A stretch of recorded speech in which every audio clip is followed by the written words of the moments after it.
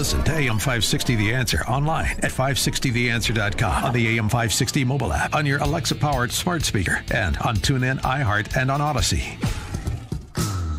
Only the biggest stories, only the biggest guests, and only the biggest opinions. This is AM 560 The Answer. Top of the morning, Dan and Amy. It's emotional in Canada as Canadians from throughout the country trek their way to Ottawa as part of this freedom convoy that has already established quite a footprint in Ottawa, but it's growing with each passing hour. Here is one gentleman getting a bit emotional about the importance of this movement in the Great White North. Hey guys, trying to keep it together here. It's emotional. It's Chris from Police on Guard here, and I'm in the car with my family on the way to Ottawa. And every overpass is packed with Canadians. Look at this right here. Okay? Look at this. This is not a fringe. We will not be divided. This is Canada. We stand together. We stand on guard for thee. God bless Canada. Yes! God bless every single one of you truckers and every single one of you Canadians that are supporting this movement. We will win this country back. God bless you, and I'll see you all in Ottawa. So that fifth grade grammar teacher they made, that PM there, he has really generated quite the revolt. A noted conservative commentator up there, Ezra Levant, who is publisher of Rebel News, he was at the rallying that was going on in Ottawa over the weekend with that, small fringe, as we heard Trudeau say last week, that numbered at least in the tens of thousands over the weekend, and it's growing. And I thought some of his comments were really good, really provided a nice encapsulation of the encapsulation of the importance of the people in attendance there, and to the concern about a established media blackout in North America for what these Canadians are doing. He had a response for that as well. I salute you, and I say keep speaking truth to power, but I want to tell you what excites me the most about this crowd. I see a lot of cameras, a lot of independent journalists, because when people say, what do we do about the media, I say you become the media. That's what you do. What do we do about the media? You become the media. I love that. Everyone who was along the road has to bear witness and testify to what they saw, because there's two competing narratives. The government says you're racist. The government says you're sexist. The government says you're violent. In the meantime, I've never seen a more diverse group of Canadians. They're far from violence. People want to not be violated anymore. Justin Trudeau says you're extreme, but he's the one who has violated our civil rights. He says you're a fringe. Well, that's a pretty bloody big fringe. I love the speaker car that's there with the siren. Yeah. But tyrants aren't going to relinquish power. I mean, he's going to try and punish them in somehow, some way, don't you think? Well, he's in hiding right now, as I understand it. One more comment from Ezra Levant about the point of this. So what's the point of hundreds of thousands of people coming up here and all these truckers convoying to the Capitol to say, get rid of the vax passes and mandates and let us make a living? The point is the convoy itself. To show that you're not alone. To show that you're not the crazy one, they are. To show that you're not the anti-Canadian one, they are. You already achieved your goal just by being here.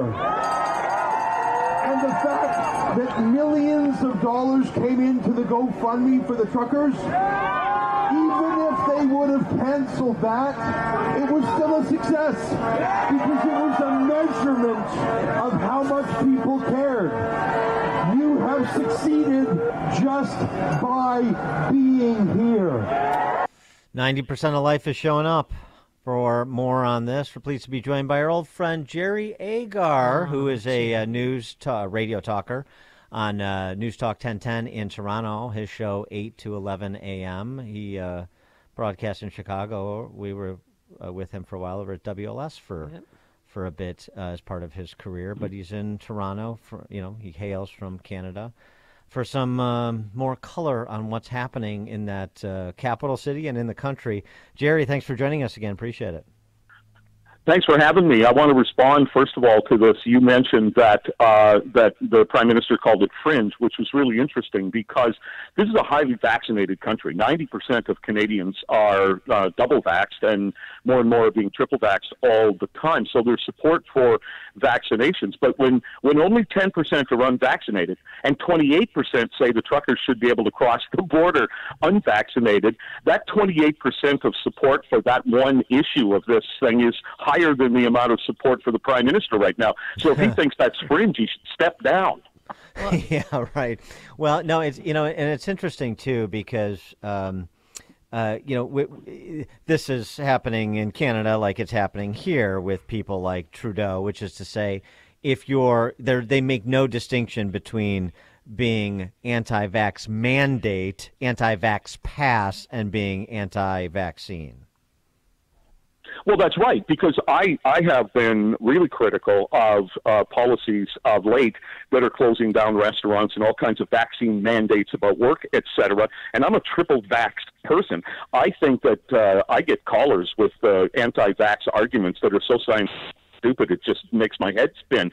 But I support their right to not get vaccinated, and I support the right of the rest of us to get back to it. I mean, I just spent a bunch of time, not only vacation, but did some broadcasting from Florida and Texas, and I came back here and thought I'd just rejoined a prison colony. I mean, it's ridiculous.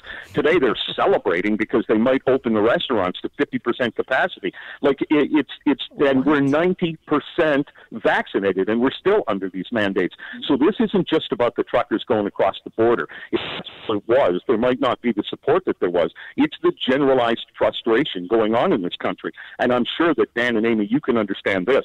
There are members of the political and media class who were disappointed that violence didn't break out because they wanted it to happen so they could discredit this thing. Right. And how long have we had capacity limits? That's so 2021 in America. Yes. I mean, my God. Yes, it is. Off and on, all the way. I mean, today in Toronto, restaurants are going to open at 50% capacity, and you won't be able to get in, by the way, unless you can prove that you're vaccinated. Oh, my God. Well, you have one Premier, Jason Kenney of Alberta, Canada, that he's saying that this is a safety issue. This convoy is actually, could kill people. Have there been any accidents or anything reported at all because of this convoy? No, there hasn't been death. There hasn't been injury. There wasn't a breakout of violence. And this morning, the morning host of the radio station I'm on, he and I don't see things the same way. He's going to be unhappy with one of my segments coming up on my show because he actually was criticizing some of the people who were cleaning up like it was some sort of stunt or something. In Portland, Oregon, in Waukesha, Wisconsin, in Hamilton, Ontario. Where was the cleanup crew? There wasn't one. Was there death and injury? Yes. But this thing, because, oh my God, they went and cleaned up. Well, they're just trying to make themselves look good. What a bunch of morons are against this thing. Well, they're taking away jobs from government workers by cleaning up around the Capitol there. That's the problem. Maybe too, I mean, just, for the Alberta guy, Kenny, out of an abundance of caution, Jerry, we need to stop these convoys. Just to err on the side of safety, we need to stop allowing protests and that sort of thing as well. Just continue to pile on. Why don't the safetyists? Well, that's pretty surprising, actually, from Jason Kenney, because Jason Kenney is actually a very conservative individual. So I'm pretty surprised that that's happened. I don't know why it happened, because Alberta is how many elected representatives from Alberta are part of the Prime Minister's Liberal Party. Zero. None. That is a conservative bulwark there in Alberta, and he is a conservative individual. So I don't know where that was coming from with him. So what's your take, though, just stepping back and how this has built up over the last couple of weeks into really, I mean, especially for a country, say, you put this in context, 38 million people, and Theo Fleury estimated, I saw him on Ingram's show last week saying, we're talking about 50,000 trucks representing 1.4 million people. I mean, that is a significant slice of the Canadian population that is in open revolt. Well, I was using the figure last week that if you, you want to call it a fringe, 28% support, 28% of the adult population of Canada is 8.4 million people. Which doesn't sound like a big number to people in the United States, but when, you just said it's a small country population-wise, the thing really grew because it started essentially out on the West Coast, and this is a really wide country. It takes a long time. And I didn't really jump on it at first either because, as you know, sometimes these kinds of things are started by 6 people who say we're going to have 100,000 people marching in the streets, and then there's 12 of them when the thing happens. So I was just kind of watching it, but it just kept gaining speed. And you played the clip of the emotional guy there talking about people standing on the overpasses and along the side of the road as the convoy went past. That hasn't happened in this country since it took place when they were returning bodies from an Air Force base down the highway and into Toronto of the soldiers returning from Afghanistan. That's what it looked like. Wow. And then is President Trudeau, is he in hiding or something? I mean, I'm reading in the Western Journal Hill that he has fled from convoy from the truckers and he moved to a secret location with his family. Yes. I don't know if who will remember this, but, Canadian politics doesn't get noticed in the United States the way it is the other way around. But he had another controversy a few years ago, and The Simpsons did a takeoff of him crawling out the window and going into hiding. And that's essentially what happened here. He used the excuse that he had to go into isolation because his son tested positive for COVID. And I don't buy that excuse, and here for a couple of reasons. When Black Lives Matter went to Ottawa, he came out and took a knee with them. Now, here, he has tested negative several times since his son was exposed to COVID. He himself is vaccinated, and he could have easily said, I will meet with vaccinated members of a committee from the protest. Many, many of those people are vaccinated. So he could have at least done that if he wanted to show any kind of respect for what is a large citizen movement. But no, he ran and hid. He's a vacuous individual, actually.